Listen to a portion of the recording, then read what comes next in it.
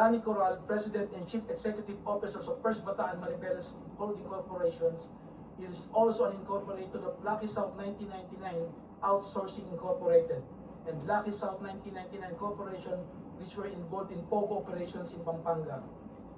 Number 80, more importantly, I felt betrayed that despite all my efforts to support Sarah, to the extent of even committing high-risk acts for her and her family, she did not lift a finger to stop Harry Roque, who is her known ally and supporter, from filing the unfounded kidnapping case against me.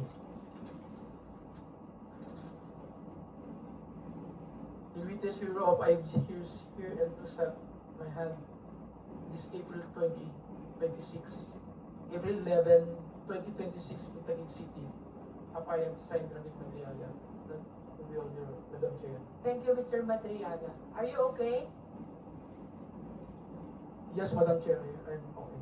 You think you are in the best position now to give your testimony? Yes? Yes, Madam Chair. You want a house doctor to check on you first before we continue? You're okay? I'm okay, Madam Chair. Okay. Thank you. Are you ready for clarificatory questions on your affidavit? Yes, Madam Chair. All right. Thank you. Now we recognize again the Honorable Terry Ridon. Madam Chair. The Honorable Abante, is that a point of order?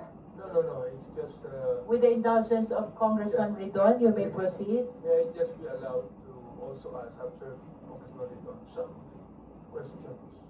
After I Congressman mentioned Ridon. that in my manifestation. Thank Yes. you.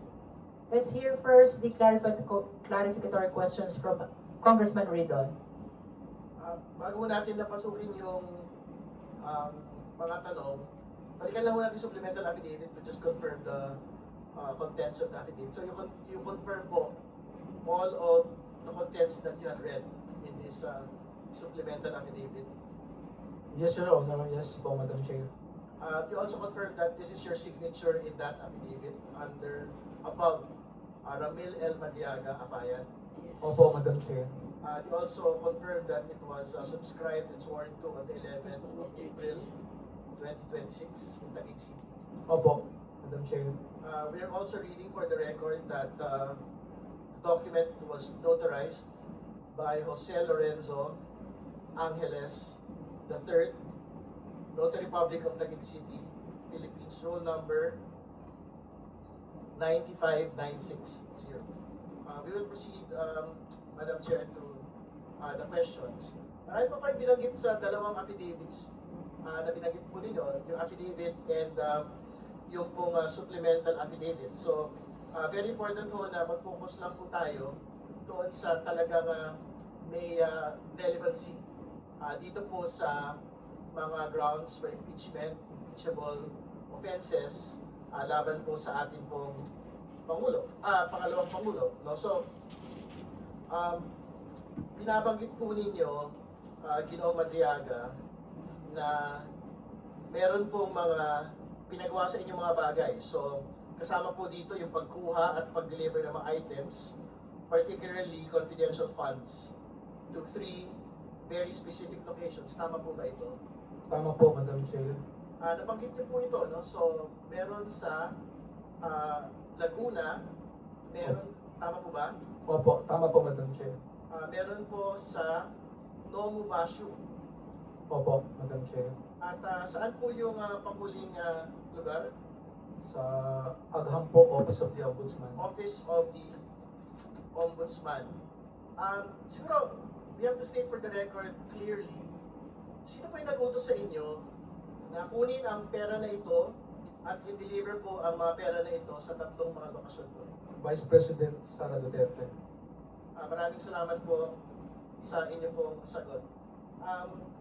Very important po na maglinaw po tayo doon sa mga binabanggit po ng ating pong pangalawang Pangulo patungkol sa inyo. Kasi very specific yung pong kanyang binabanggit sa kanya pong complaint na affidavit laban sa inyo in the perjury case na hindi niya po kayo kilala, wala po daw kayong relasyong personal at wala po kayong relasyong professional. Ano po yung totoo sa bagay po nito? Do you deny this particular general statement of the Vice President? Hindi po totoo yun, Madam Chair. Ano po yung pinakabatayan po ninyo para masabi na hindi po totoo ang sinasabi ng pangalawang Pangulo? Una, na hindi niya kayo kilala. Pangalawa, na wala po kayong professional or personal relationship. Una po, Madam Chair, marami pong makakapagpapatunay na mga opisyal sa gobyerno at mga kasama namin sa isip na mayroon kami mga naging magpupulong. Bukod pa po dito, mga meeting po sa, lalo na ng eleksyon, na halos kasama ko siya 24 hours, minsan overnight pa, sa isang resort, kasama ko po din ng mga PSG. Kaya kilala po niya ako at kilala ko rin po siya. Honorable Ridon, if I may interrupt. Yes, Madam Chair. Kanina po, Mr. Madriaga, you made mention of a lot of pictures attached to your supplemental affidavit. Meron po ba itong kaugnayan doon sa pinupunto nyo na kayo'y personal na kilala ng Vice Presidente? Opo, Madam Chair. Perhaps, Honorable Ridon, we can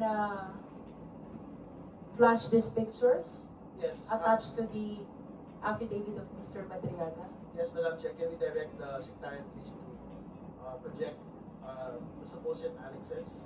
The committee secretariat is directed to flash the pictures attached to the affidavit of Mr. Ramil Madriaga. So that we can provide context to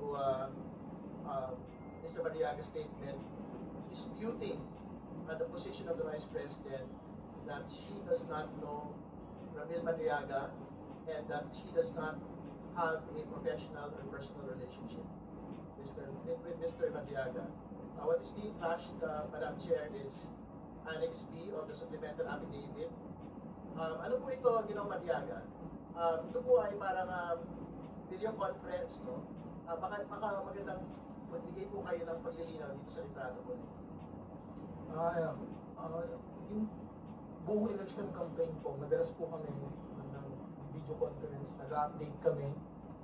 At sa ganitong pagkakataon po, may ilang abogado po rito na mga lawyers ng isip. Ako, si Atty. Ryan Kilala, at si VP Sara lang po ang nagsasalita. Yung mga members po ng ibang region, hindi naman po sila nagsasalita. Nakikinig lang sila, nanonood lang sila, pero kami lang po, 4 o 5 lang nag-uusap tungkol dun sa activity sa campaign. Well, marami pong, Mr. Madriaga, marami pong mga tao, no? Can we zoom into the names of those in the annexes, just so we can see?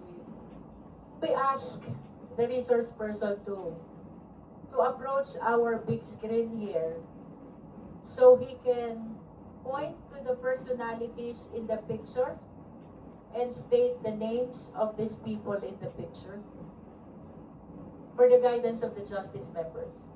Please approach the big screen. Kindly provide a microphone to Ramil Madriaga, Comsec.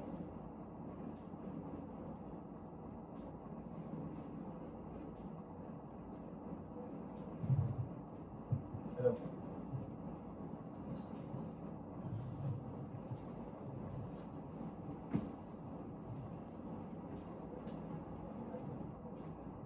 Ito po si, nakalimutan ko na po yung pangalan, pero taga ganito lang po siya sa Cubao. Mayari ng isang security agency, yung commander. Pero nakalimutan ko na po yung pangalan niya. Isa po siya sa officers ng Quezon City ISIP. Ito po.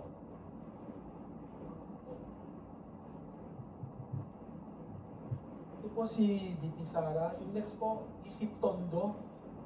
Si Tuvera po. Sa Isip Pilipinas Basketball. Isip Tondo rin po siya. Yung nandun po sa Isip, mga military po sa Special Operations Group. Si Suarez, Air Force. Tapos si VP Sara, then si Atty. Ryan Kilala ng Office of the Ombudsman. At yung kanya pong may bahay si Rhea Kilala. Ito po.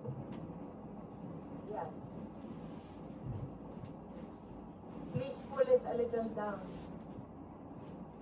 Ito po si... A little down, a little down.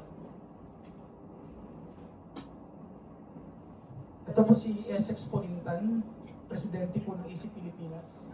Yung national president po namin. Ito po si Essex Polintan. Tapos si Sino po yan? Essex Polintan po, Lord Essex Polintan, presidente po ng EC Pilipinas. Siya po yung presidente namin. Siya po si Atty. Ryan Kilala. Si Aljo Vito ng Isip Kainta. Hindi ko po kilala ko. Hindi ko po mukhaan. Kasi marami po sila. Ito po sa Isip Ladies. Nasaan po kayo dyan? Po naman sa red seat po. Nasa loob ng sasakyan. Kayo po yung nasa dulo. Opo, yun nasa naka-black po. Pakituro niyo po kung nasaan kayo dyan. Pakituro niyo po. Okay. Pakibaba po ng konti para ma-identify ni Mr. Madriaga. Yung ibang kasama sa video. Pakibaba po ng konti.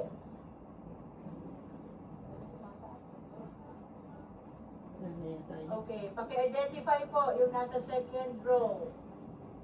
Si Diti Sara po, si Rhea Kilala, si Atty. Ryan Kilala, si Diti Sara po ulit, yung nasa guardian.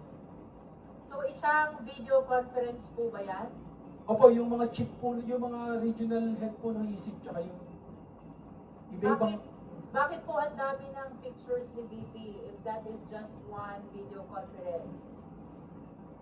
Isa lang po ba yan o maraming video conference yan? Hindi ko po alam kung sa Facebook po yan ng ISIP Pilipinas nila nakuha. Pero yung original po yan, nasa main Facebook po ISIP Pilipinas public. Hindi ko po alam kung pinag-confirm ko ba. Hindi po nakakulong po ako, hindi ko po makakulit yung mga evidences. Madam Chair, The Honorable Sendanya. just a very quick clarification. Earlier po, Ginoong Madriaga, may nabanggit po kayo doon sa mga larawan na kayo po ay nagbigay ng painting kay VP Sara. Pwede niyo po bang ituro nasaan dyan yung painting na sinasabi ninyo at kung kailan niyo po ito binigay sa kanya? Salamat po. Because there is no painting in the picture. Honorable Sendanya. Meron there? Meron, may bukod. Okay. May bukod. Can we flash again the picture? Baka yun yung nasa likod. Okay.